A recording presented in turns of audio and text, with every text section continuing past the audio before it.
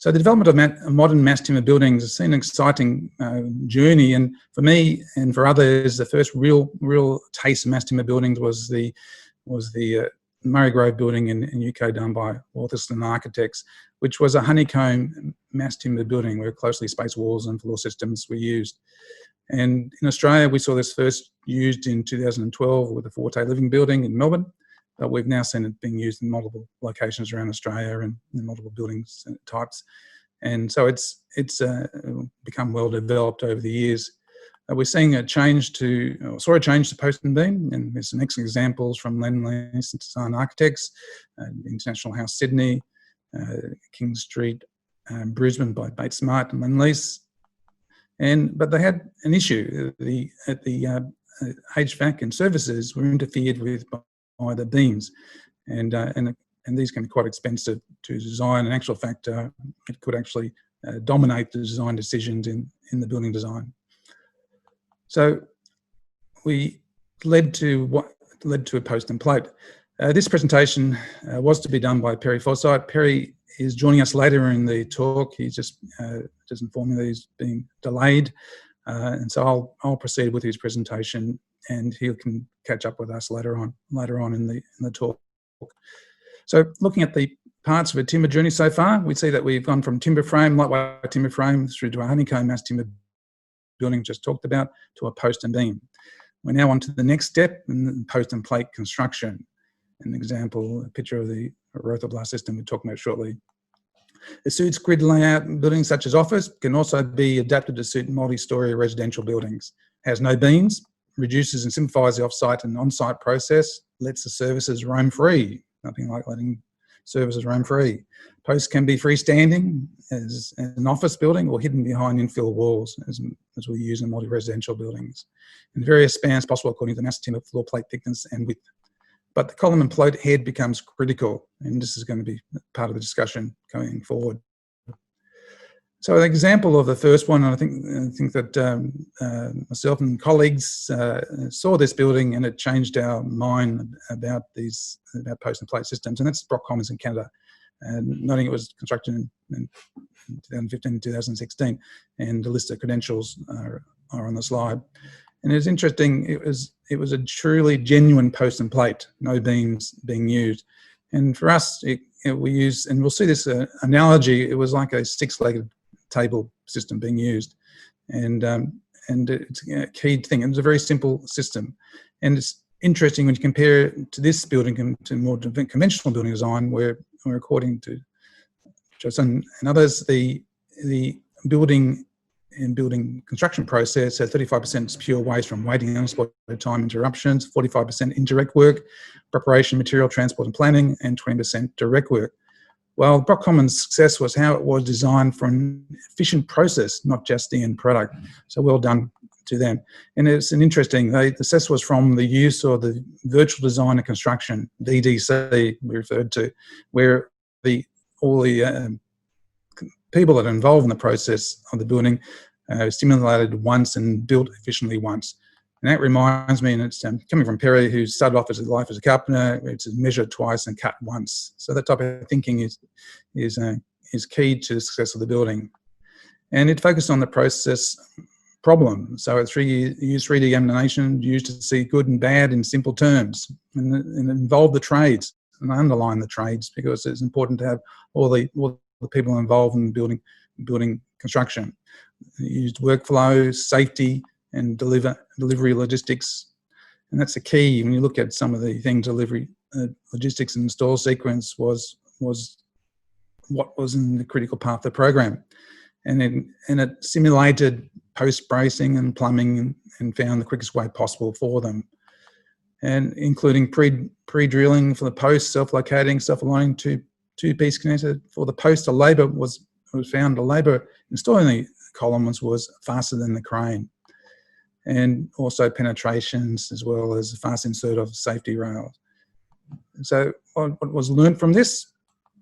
Well, simply looking at the construction program, we have from a thesis, we have the actual program on construction days versus a planned date, and you can see that the 16 level CLT was installed in 9.5 weeks, much faster than the planned program. Project speed, what caused it? Well, 5.5 hours approximately to drop in 930 metres squared of CLT, 29 panels. Crane productivity for panel installation was 181 metres per hour approximately, based on active hook time. Impressive pace. Post-installation became as quick as 78 columns in 2.5 hour period per floor level. And the crane cycle time, the number of crane lifts, ruled speed and productivity. We can see this from the crane movements graph. This is days and cycle numbers versus the time it took for each cycle. And you can see it was taking somewhere between 6 to 15 minutes on average to move the panels. And the more consistent the crane cycle, the higher the productivity was found. The more lifts per hour, the higher the productivity. The larger the panel, the higher the productivity. As well, the more the panels are delivered in the correct order, the higher the productivity.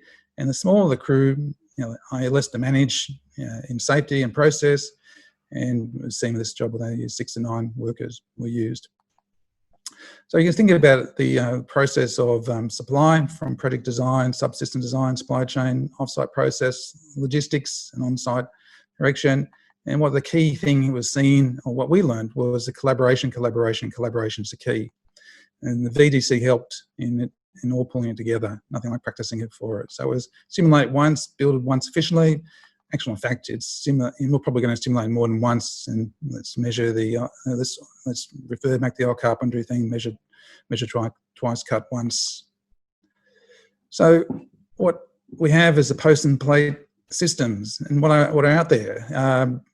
For us, we've identified 4 contenders, and we'll talk a little bit about these in the next part of the presentation. So firstly, it's about post and plate structural design considerations. Each contender will be reviewed in relationship to its spanning capacity or grid spacing, its connectivity of mass timber floor plate, do we need two-way action, and capacity of the column connection, punching shear. And the last one, the punching shear, is a bit of a driver for all this, and we'll see a number of ways this is being solved.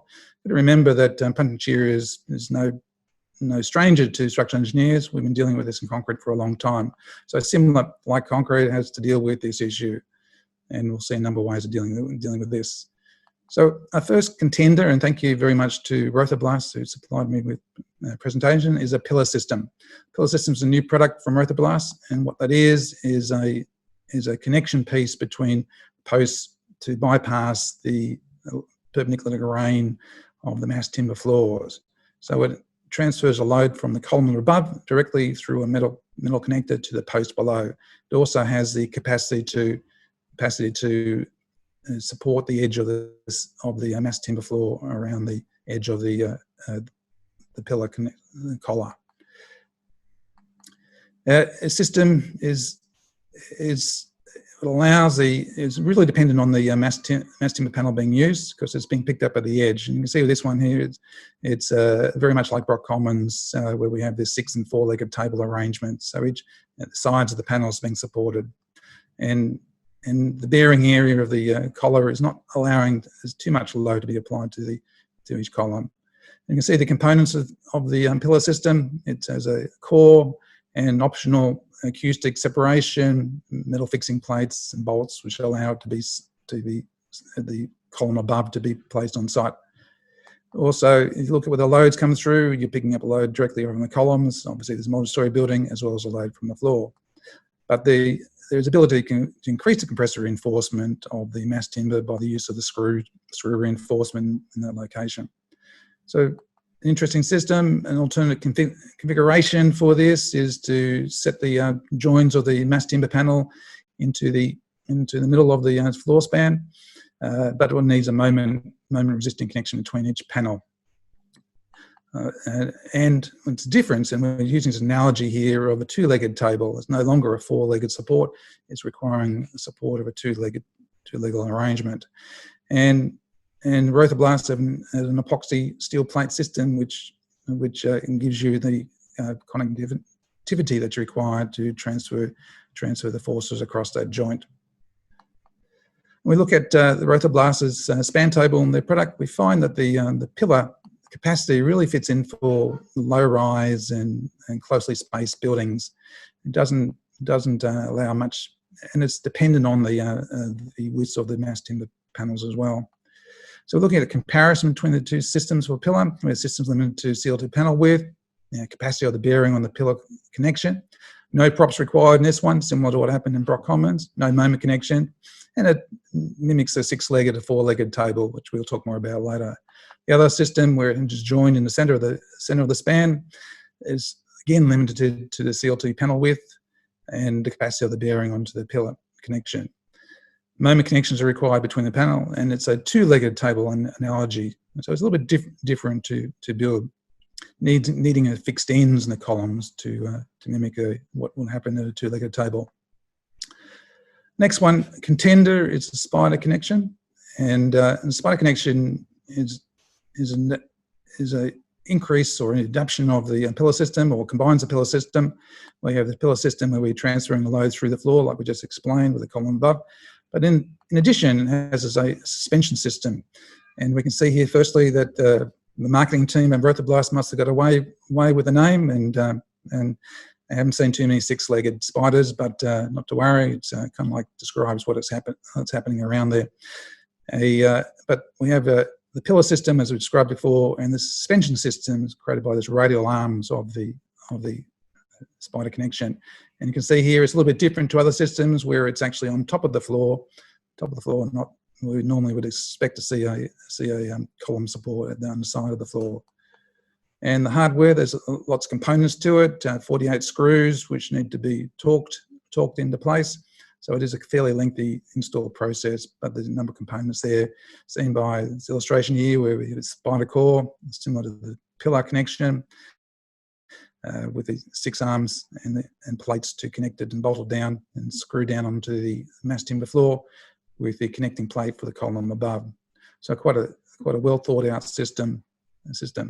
And what it's mimicking is a larger diameter column, and we'll look at some design examples later, where we assume that the suspension system is equivalent to an 800 diameter column. So it's load from above. You can see, obviously, transferring through from columns, but the suspension system is picking up the load from the slab on the CLT, and it also has a job to increase the rolling shear reinforcement. And we were lucky enough to see the testing of this done in Brookes University in Roland, on a tour that TDA ran in 2008. And we actually saw the witness to this being tested, and it was quite impressive capacity and load. And you can see this by the simple illustration by Rothoblaas, where without any reinforcement, it has very little capacity of 108 kilonewtons. By your screw reinforcement, we can jump it up to 192 kilonewtons, but by the addition of the spider connection and load transfer through the floor, we can get 1,600 kilonewtons out of it. So it's quite a large step, meaning it becomes a much more practical system to use. So we look at the Rothoblaas span table again. We can find that it has a much higher capacity, allowing to pick up higher loads from it. Noting that there's a number of columns that they're suggesting will also increase, like Xlam columns, which would be a spruce column, by increasing capacity of an LVL and steel, increasing capacity of the spider connection by increasing the column capacity.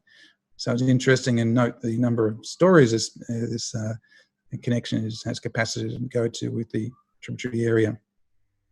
Note this is not based on serviceability loads.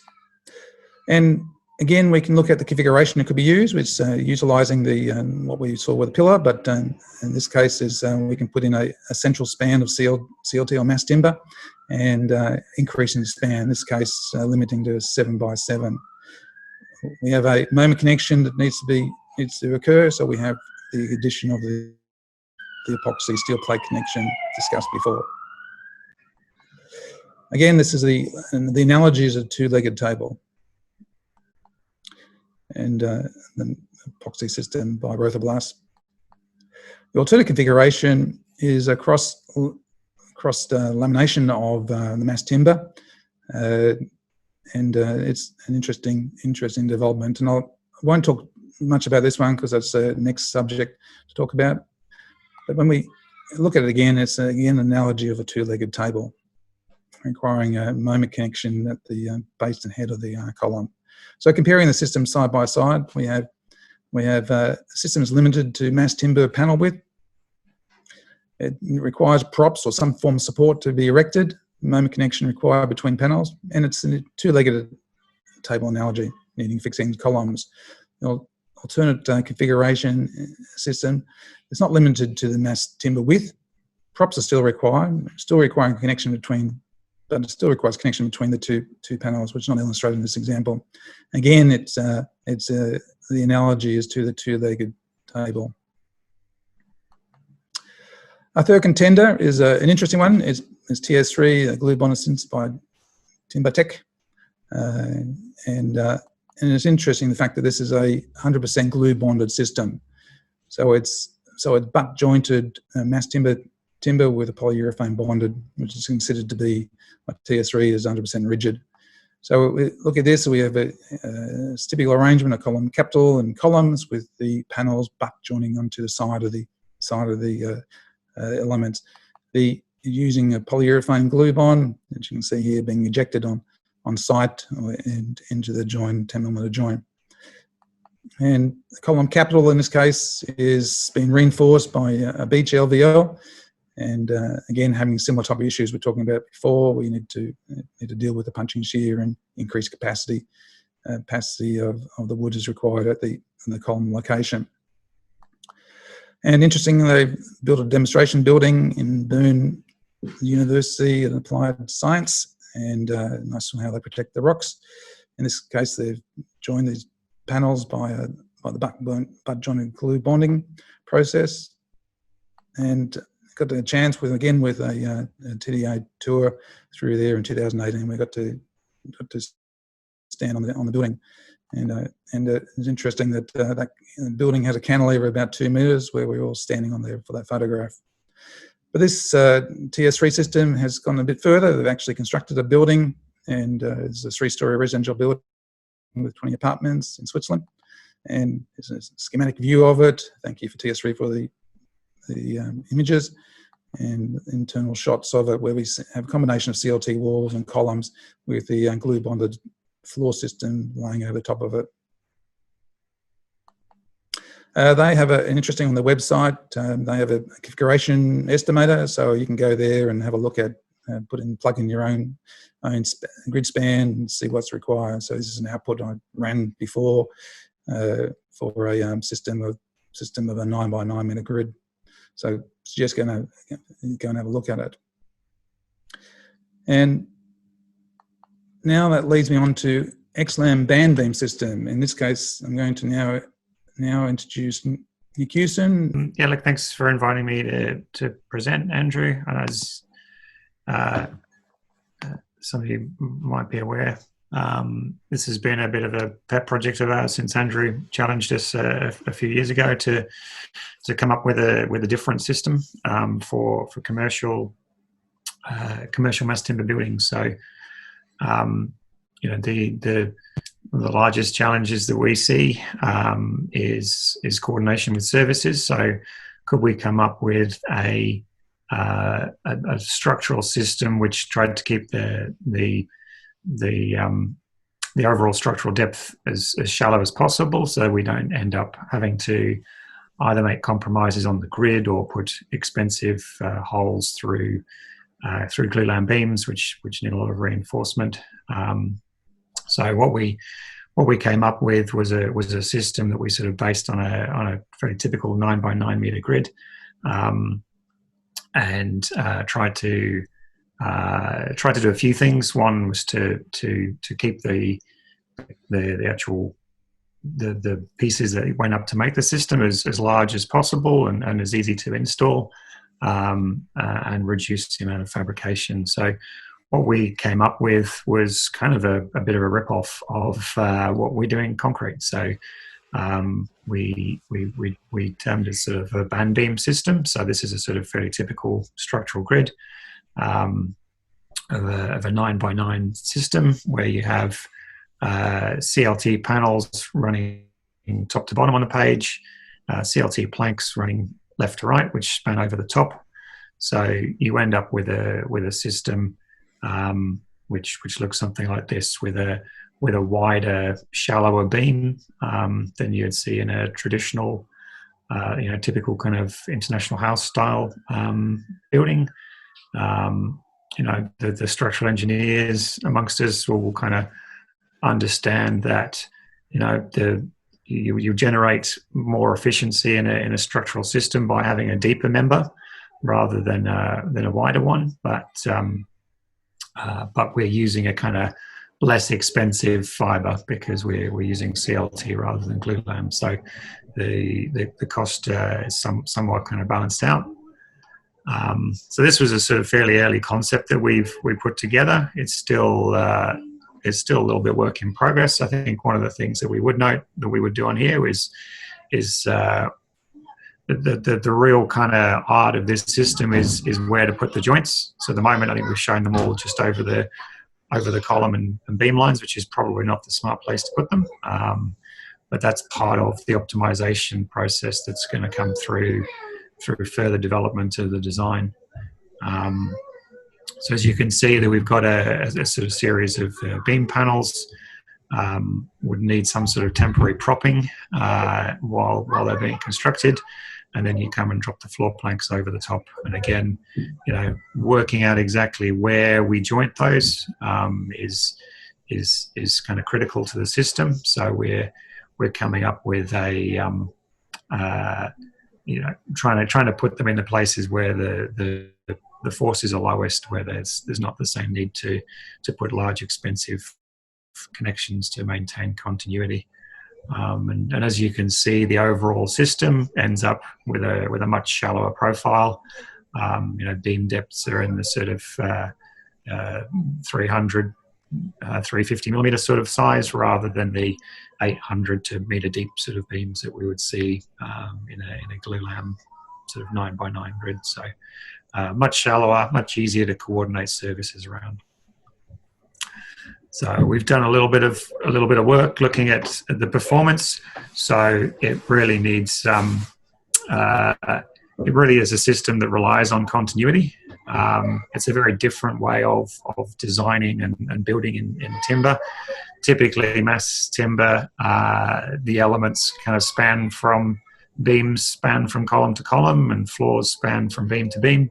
It's very much a system made up of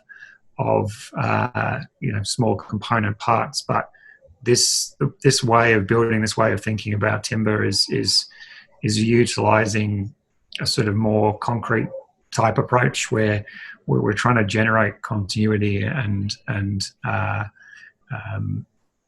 design, using a much more homogeneous sort of property for our floor plates.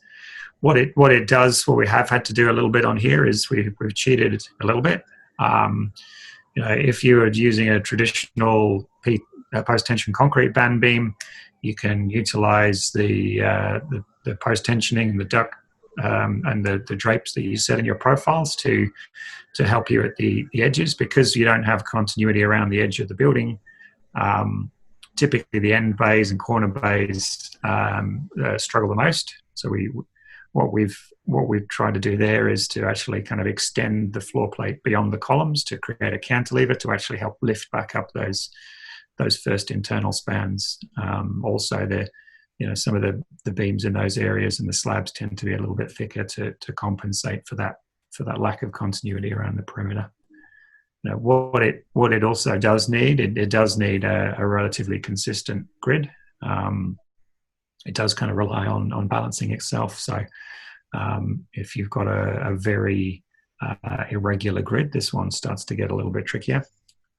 So we've done a little bit of testing. So the kind of the main structural questions that we have around this sort of idea are: how do you join the beam panel and the slab panel together to generate composite action? So we've looked at some testing of different options, whether we just put straight screws through, put them on an incline.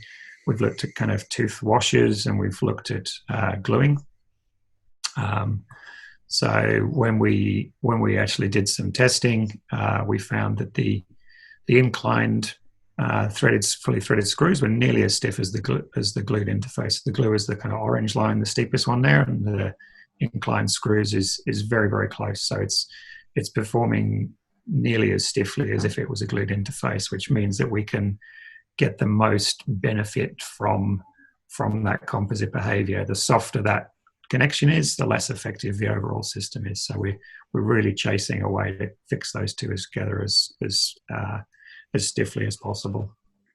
And there's a bit of an art in the way that we design them. So we will need to look at the shear loads along those interlayer between the floor and the beam panels, and set out the screws accordingly. So in the zones of the highest shear, towards the supports, we need more screws. Where we've got a kind of much lower kind of rolling shear between the two layers in the middle, then we need less screws. So that ability to kind of tune that is part of the analysis that would go into the system to optimize the amount of screws that we need, both from a cost perspective and an install time perspective. So this is still presented as somewhat work in progress. We're still kind of trying to find that right project that wants to come along for the ride and help develop this up with us. So there's certain aspects that we're doing some research on at the moment around optimizing fixings and patterns and layouts. Which joints in panels do we need to rely on continuity for? We're looking at products like the Rothoblaas's Z-Pox, or some epoxy joints and slots in panels to generate moment continuity across joints in a cost-effective way.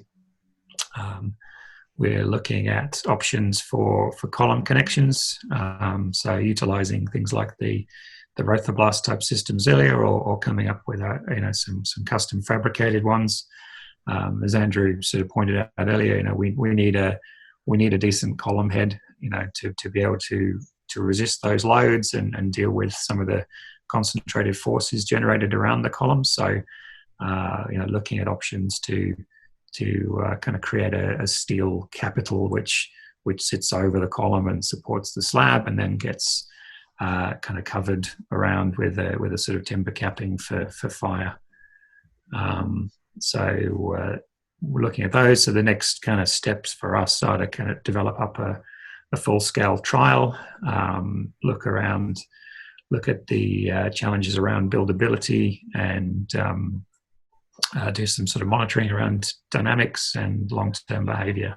But where the projects that we have looked at this on already, the costs and the number of lifts and the structural depths are kind of looking very, very favourable, and I think this has got a lot of merit in an awful lot of mass timber post and beam type buildings. So happy to take any questions on this at the end, but hopefully that was a good introduction to our band beam scheme.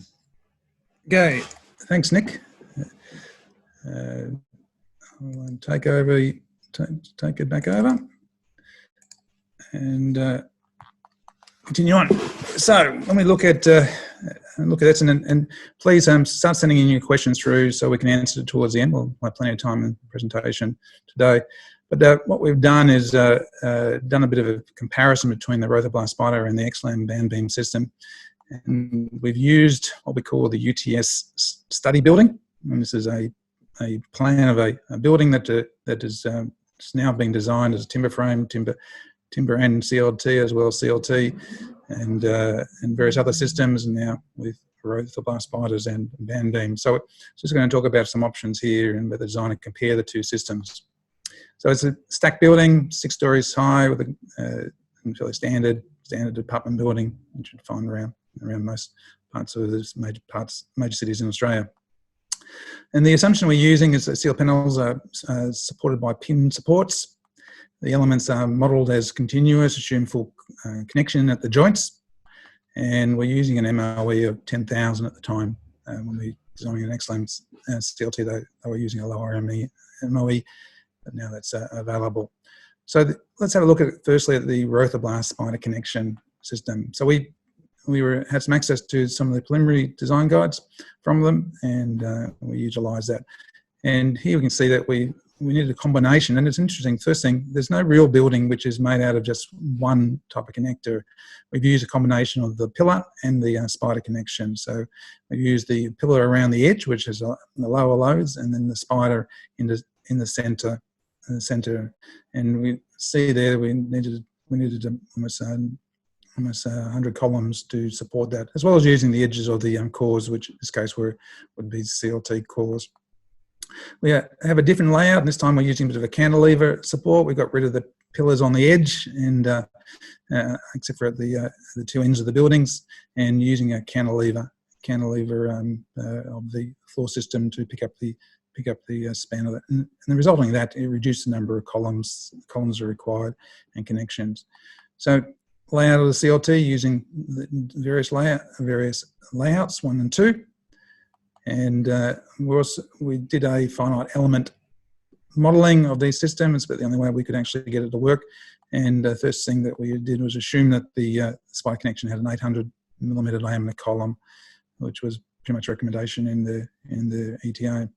So when you look, we did it in both directions and calculated the maximum deflection that was likely to occur.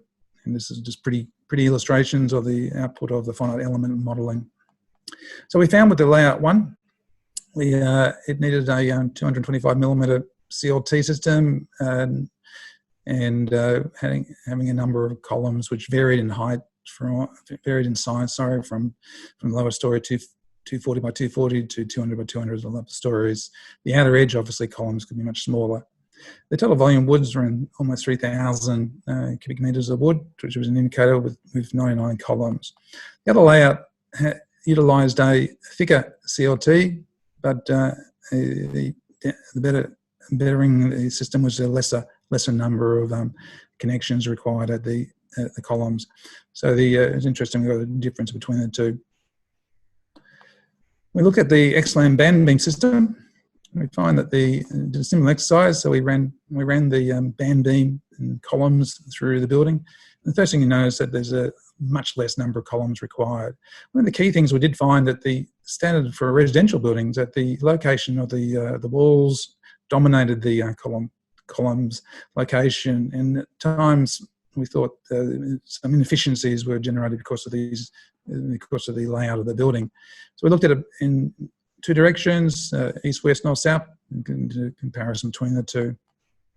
So the CLT floor layout indicating more locations. So we assumed that there was a 800 by 800 steel plate being used as a bearing area on top of the column, as Nick said, that needs it, and full connectivity through the Rothoblaas epoxy system and the CLT with a 10,000 MPa MOE. So when we looked at that, got a similar type of FM model outputs, and a little bit, and we find that we're using a grid spacing in the layout 1 of a 9 by 5.1, and the short direction was 7.5 by 6, and they gave a different outcome. So CLT thickness for the layout 1 was 200mm thick, but the CLT for the short direction was 240. The band beam, or the additional thickness of overall, which includes the CLT floor, was 535 thick for the layout 1 direction, and layout 2 is 500. So when we look at that, the total amount of wood, there's a bit more wood being used with that, with the long direction than the Rothoblaas system at 4,000 meters cubed, but much less columns. When we look at the short direction, we find the band beam is lesser, and again we have less columns being used, and the amount of wood volume being used overall was less compared to the long direction being used. So comparing them side by side, we find that the pillar and spider system had a system depth of 285, which is shallow, and had less wood, but had a lot more columns and connectors being used. And when we compare to the bamboo, we find that there's more wood being used, system depth is deeper, but much less columns. The interesting thing about it is we look at that, what's better, greater wood volume or column connections? And I'm not surprised that a connector company came up with a system that used many more connectors, and a CLT manufacturing company came up with a system that used much more CLT and less connectors. So there's no great surprise why the outcomes are gone in two directions. And in reality, we don't really know what is the best system. It's something that needs to be costed out and consideration of want to build it. So now we're into the last starter. I'd like to hopefully have Perry Forsyth. Have you joined us, Perry? I'm here. Can you hear me? Yes, we can, Perry. Fantastic. So it's over to you, and just tell me when you want these slides. Click forward. Thank you. Hello, everybody. I guess I know that Andrew and Nick have given you these 4 options for post and plate construction, and I guess the remaining question is, how do you actually build it? And so that's what we're going to explore in this final component. Flick it on, please, Andrew. So I guess the pretext is that Brock Commons got it right in a number of ways. You can see that they adopted virtual design and construction, which allowed them to design the process and not just the end product. And that was important. They adopted design for manufacture and assembly principles. They managed to, or the system, remove the need for primary and secondary beams. Drilling holes in the CLT for the posts meant they were self-locating and self-aligning, and the timber spaces between columns meant you had a very nice grid that was well laterally stable and vertically and correct in terms of the columns being, the posts being plumb. So these newer approaches offer different things, bigger spans and things of that nature. They're technically elegant engineering solutions.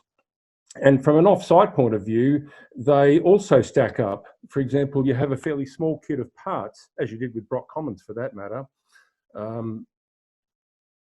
Some of them are even from stock. For example, the likes of the Rothoblaas connector could even be a stock item. The posts for a project, especially for a multi-storey office project, not a long way off being stock. You can have a automated cutting process, cutting standard length posts day and night with relatively low labour input and a relatively repetitious process. And even the panels probably will get a degree of modular coordination there to have standardisation and repetition. And so this moves us towards the option of a repeatable design platform as used in manufacturing, where you can, for example, on a 3D modelling basis, have the ability to manipulate the the post set out and the CLT thickness for that set out to work out the economic sweet spot in the system. And then, of course, once an architect has utilised such a tool and then sent it on to the fabricator, there's the ability for that to transition into CAD/CAM style production. And I guess the system also offers flat pack delivery, and so it doesn't enter into the cost sensitivities of delivering large volumetric units onto the site, which can become very a significant cost item, especially in long haul or where shipping's involved. So coming back to this issue of how you build it, we've looked at offsite. Now let's go on site. Because we've done so much offsite, the really big issue, it has to be fast and simple as an on-site process.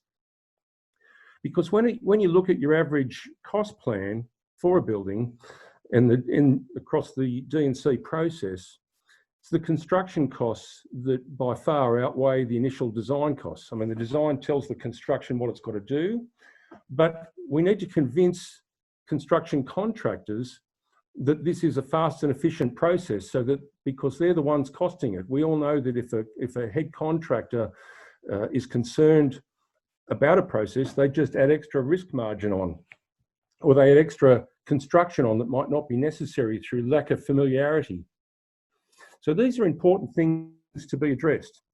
And speed and cost of time are increasingly the issue of the day, because since we have taken things off-site and done quite a bit off-site, we necessarily need to reduce time on site for it to stack up as a competitive option. And this is the point of difference mentioned in this final point. And we also know that the cost of having cranes, hoists, scaffolding, hoardings, project management, and the accommodation for them all runs at around, say, 12 to 15% of a typical project, maybe even more, up to 18. And they're a time-based cost. So if we're going to do a lot off-site, we necessarily have to be fast on site and minimise this temporary production infrastructure that we would normally have on a traditionally built site, such as a concrete slab. Flick it over, please, Andrew.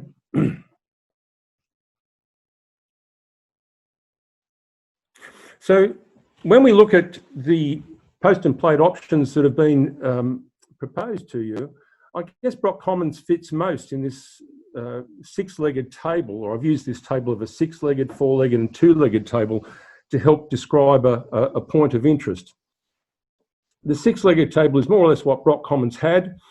If you noticed in the slides previously, probably quite early in the presentation, those posts were put in place first and were braced around the perimeter and then had timber spaces between them to set them in a grid, which meant the tops of the posts were relatively stable laterally and plumb. And so then you have a crane coming across, lifting the CLT panel like a tabletop, and because it's got holes drilled in it, it can, or penetrations, it can slot over those posts. And because that's adding on to an existing set of tables that have already been placed, we've got a really quite stable process that worked very well, somewhat because of the close column grid that was available on the Brock Commons project. Now, we could shift along to the right and say, well, a four-legged table would work well, but something you might have noticed in the options offered to you, they are by and large two-legged tables like you see on the right. And so I think the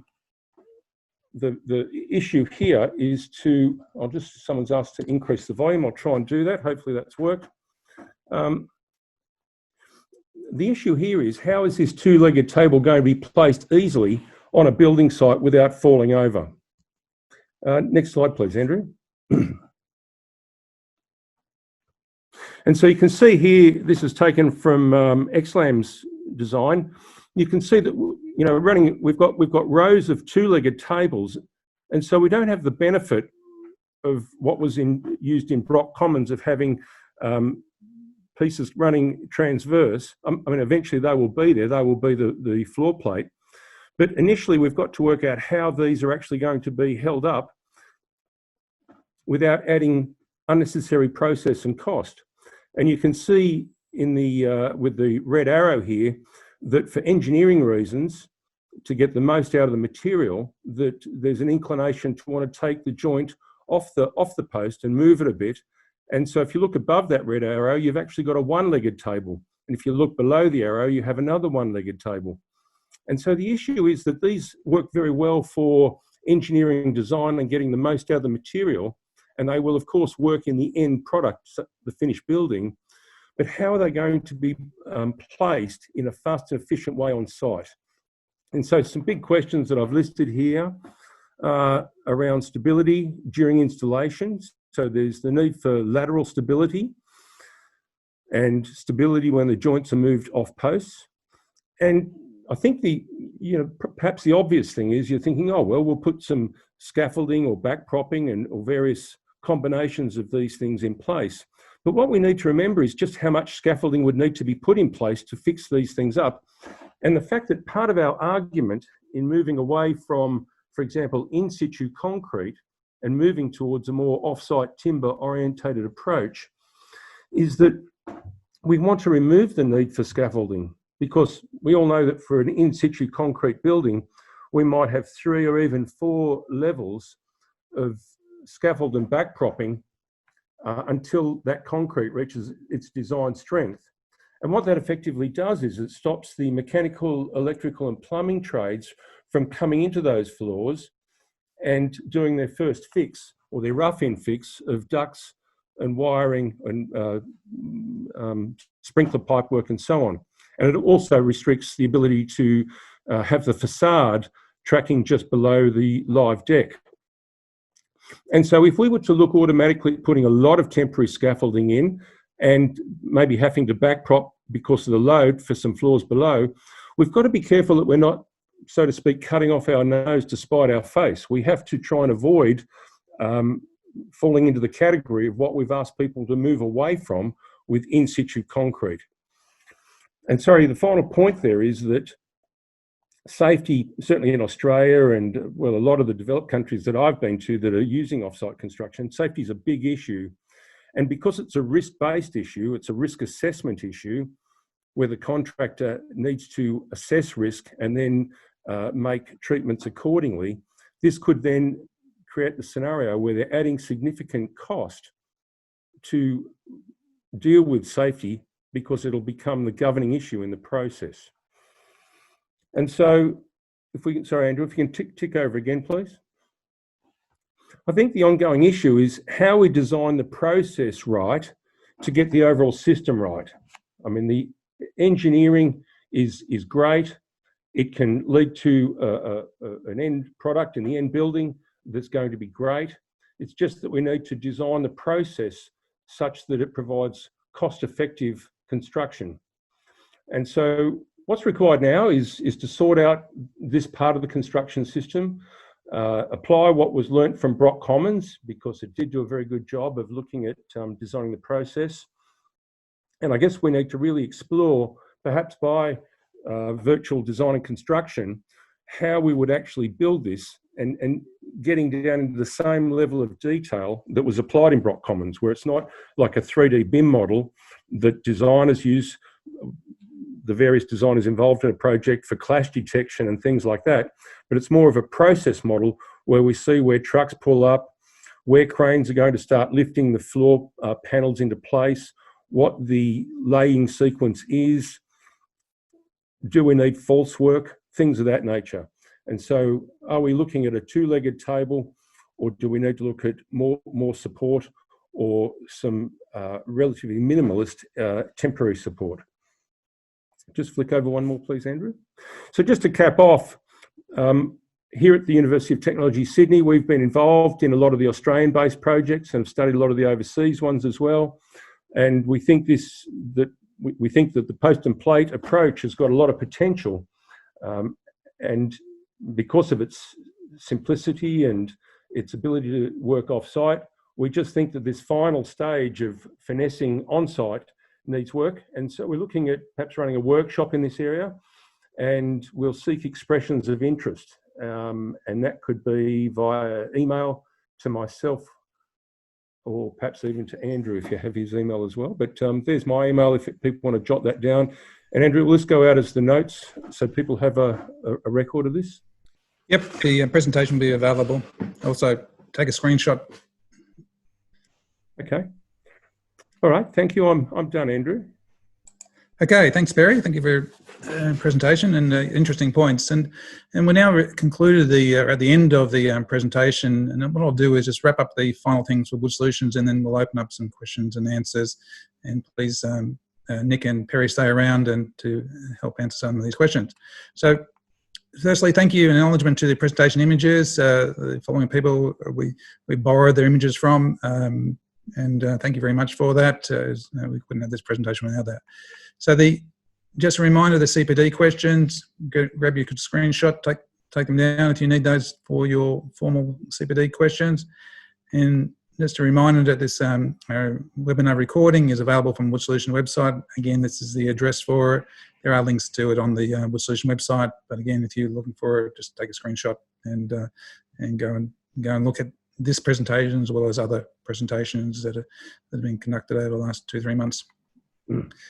So the next thing is to let you know about next week. We have another exciting presentation, this time by Tom Brookings, talking about his wonderful building in Western Australia. It's a multi-award-winning educational facility in Western Australia.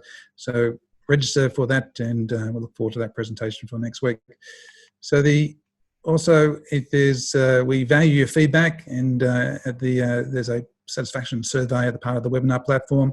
Could you spend a little bit of time, please, to answer some of those questions, because it's critical for us to make these presentations for you better, is by receiving your feedback. So at this point in time, I'd like to thank my speakers and everyone attending, and what we'll do now is go into question and answer session. Anybody wants to depart, please feel free to depart. So I've got a number of questions which we'll answer, and we'll start from the top, and we'll try to identify something. Okay, we have a question from Colin. He's saying, in terms of building size, what does this form of construction become viable, economical? Domestic scale or commercial scale? Does it require mass repetition to become a viable option? So Perry, Nick, you want to have a go at that one? Nick, you want to go first? Yeah.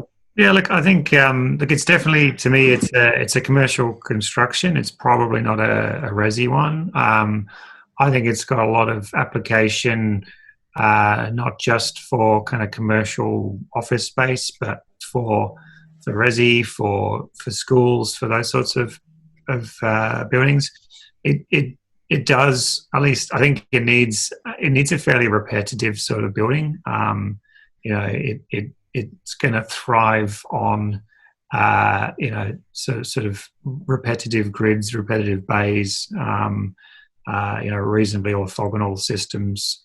It's not going to deal very well with a lot of transfers or you know, large cantilevers and you know, wildly varying spans. So yeah, I see it in that kind of office, school, you know, sort of mid-rise apartment. I think it's got a lot of applications there. I think a question from. Sorry, Perry, jumping in? Yeah, I'll jump in there. I agree entirely with what Nick said, and so most definitely it suits office layouts and open grids where you have that repetitive structure. I think the likes of the Rothoblaas system, where you could perhaps look at multi-unit res. Here in Australia, I know we have people from other countries in today, but in Australia, 6, 7, 8-story apartment buildings would often be made with a flat plate concrete system with blade columns, which would eventually be hidden inside non-load bearing stud walls, typically light gauge steel stud walls with plasterboard that would run past the or encapsulate the columns. And I guess there's some potential to do that here. It still is aiming to tap into repetition in the post height. But it's probably not going to reach the degree of modular or coordination that would be achievable with offices. So I do think there's potential there, but I think it needs further development. And I guess, as Nick mentioned, you really need repetitive floor layouts up the building. And so typically a property developer might look at the top floor and say, oh, we'd prefer to put 3-bedroom apartments up there because we'd get a better return per square metre of built area. So it's a better net yield. And then they might have 2-bedders in the middle floors, and then 1-bedders on the lower floors or studios. And I think so that creates the scenario for transfer beams. And so I guess designers have to be careful about how they get a continuous load path down through the building,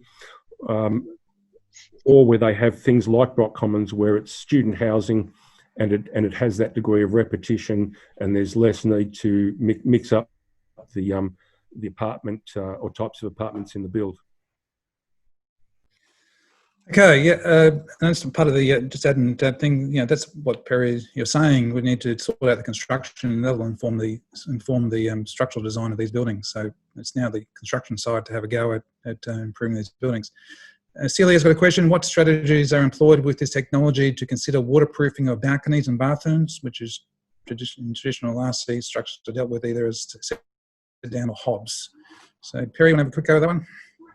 Okay. I think you're aiming to, it's quite important to get the falls in the CLT, and we've done some design work in this area where we've, for example, used one directional falls in CLT panels in the balcony panels, and then had the likes of a machined in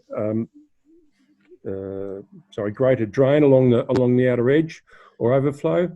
I mean, it's not out of the question at all to have waterproofing over timber. It's just that you have to be careful with quality control to make sure you do a good job.